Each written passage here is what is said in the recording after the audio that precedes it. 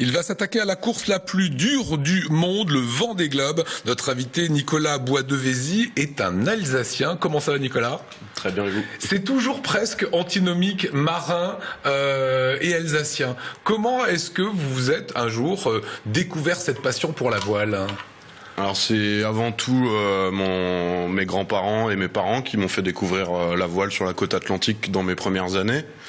Et donc cette éducation alsacienne avec l'ouverture en fait sur le monde extérieur par rapport à notre situation transfrontalière par exemple, qui d'année en année m'ont amené cette ouverture et cette audace d'aller là où on n'est pas attendu. Alors justement, on a choisi de mettre d'entrée de jeu ces images parce que voilà, vous êtes un jeune homme sur un plateau de télé. Votre quotidien, c'est ce qu'on est en train de voir là, on est d'accord, hein? Exactement. Alors ça, c'était quoi? Donc ça, c'était sur une course qui a eu lieu entre Douarnenez et les Antilles, qui est donc une transatlantique en solitaire, sans assistance, sur un petit bateau de 6,50 m de long et 3 mètres de large. On était 80 concurrents au départ, donc 80 marins en solitaire, chacun sur son bateau. Mais aujourd'hui, vous avez 32 ans. Tiens, c'est joli ça. Hein. Aujourd'hui, vous avez 32 ans. Vous vous entraînez où pour avoir ce niveau-là? Alors j'ai toujours navigué sur la côte atlantique du côté de La Rochelle et j'ai participé pendant 6 ans au sein du pôle France de La Rochelle à des entraînements, que ce soit sur l'eau ou aussi des cours météo, des interventions d'autres personnes qui nous amènent des connaissances dont on a besoin sur l'eau. Et donc avec le pôle France voile à La Rochelle, on a travaillé dur pour pouvoir faire partie des meilleurs skippers sur ce circuit-là. Et vous ne se faites pas chambrer par vos copains quand vous dites je suis né à Mulhouse? C'est plutôt avec les Bretons qu'on commence à chambrer parce que j'ai fini quelques courses devant eux, donc ça commence à... Ah, c'est bien ça. Quel est votre objectif pour le prochain Vendée Globe? Alors le Vendée Globe, comme vous le disiez tout à l'heure, c'est l'Everest de la course au large. C'est un challenge d'une taille plus que conséquente. Donc la première des réussites et la première des victoires, c'est d'être au départ. La deuxième victoire, c'est de finir, c'est d'aller au bout, puisque le premier objectif, c'est quand même de boucler la boucle. Et si résultat il y a au sein de tous les concurrents, parce qu'il y a quand même une concurrence qui est très affûtée et qui a une expérience avérée, j'ai envie de dire le résultat ce serait un dommage collatéral positif. Alors on rappelle que c'est un tour du monde sans escale. Ça veut dire que toutes les vivres qu'on va utiliser sont sur le bateau. Voilà, on part en autonomie totale.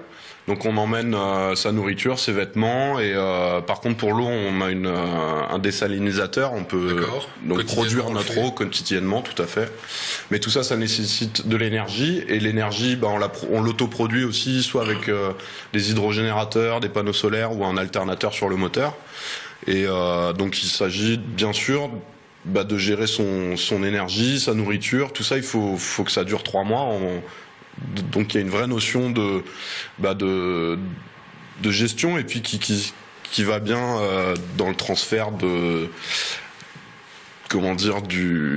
gérer ses ressources en fait. Qu'est-ce que vous préférez vous, les courses d'une traite sans escale ou de pouvoir faire des petits sauts de puce et de s'arrêter? Vous avez fait les deux, hein? J'ai fait les deux. C'est toujours compliqué de pas s'arrêter quand on passe devant des endroits magnifiques. Ouais, d'accord. Donc on n'est pas là pour ça. On n'est pas là pour ça, exactement. On est en course. Par contre, il nous arrive de passer devant des îles. Je pense au Cap-Vert, par exemple, lors d'une transatlantique. C'est des îles auxquelles on passe au travers de l'archipel du Cap-Vert. Et malheureusement, on est en course, donc on peut pas s'arrêter. Et ça a ce petit côté un petit peu découverte, tout en ne pouvant pas en profiter. Alors Nicolas, vous êtes aussi en Alsace en ce moment parce que vous avez besoin d'argent, vous avez besoin qu'on vous suive. Comment s'appelait le bateau que vous aviez avec lequel vous aviez concouru? Alors effectivement, l'été dernier, à bord de ce bateau de 6,50 m, le nom de course du bateau était Imagine Alsace. Voilà, donc il renie absolument pas ses origines. Aujourd'hui, vous dites quoi aux institutionnels, aux entreprises alsaciennes?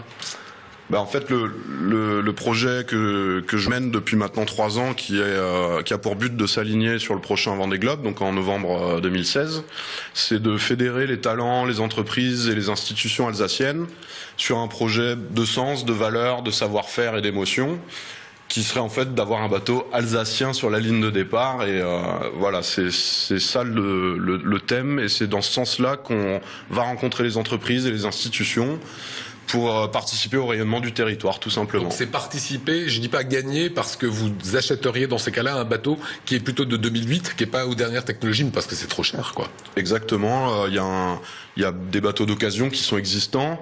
Là, on est à moins de 2 ans du départ, donc construire un bateau neuf, déjà, c'est un coût bien supérieur. Et puis c'est aujourd'hui trop juste en timing. Donc on est en train d'acquérir un bateau d'occasion. Ça coûte quoi ?